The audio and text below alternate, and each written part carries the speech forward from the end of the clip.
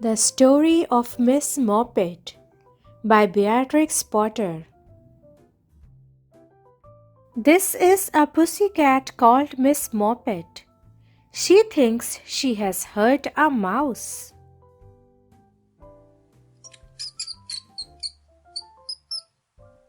This is the mouse peeping out behind the cupboard and making fun of Miss Moppet. He is not afraid of a kitten. This is Miss Moppet jumping just too late. She misses the mouse and hits her own head. She thinks it is a very hard cupboard. The mouse watches Miss Moppet from the top of the cupboard.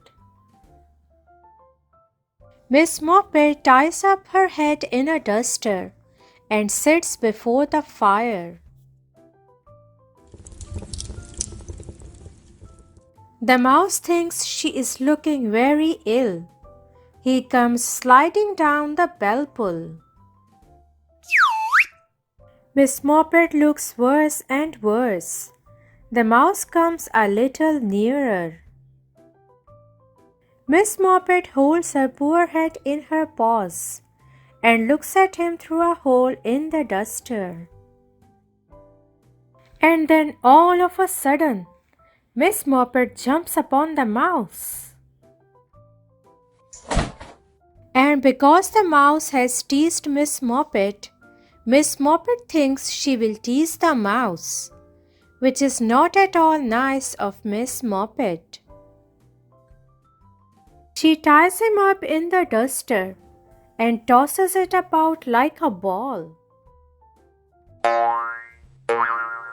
But she forgot about that hole in the duster, and when she untied it, there was no mouse. He has wriggled out and run away, and he's dancing a jig on the top of the cupboard.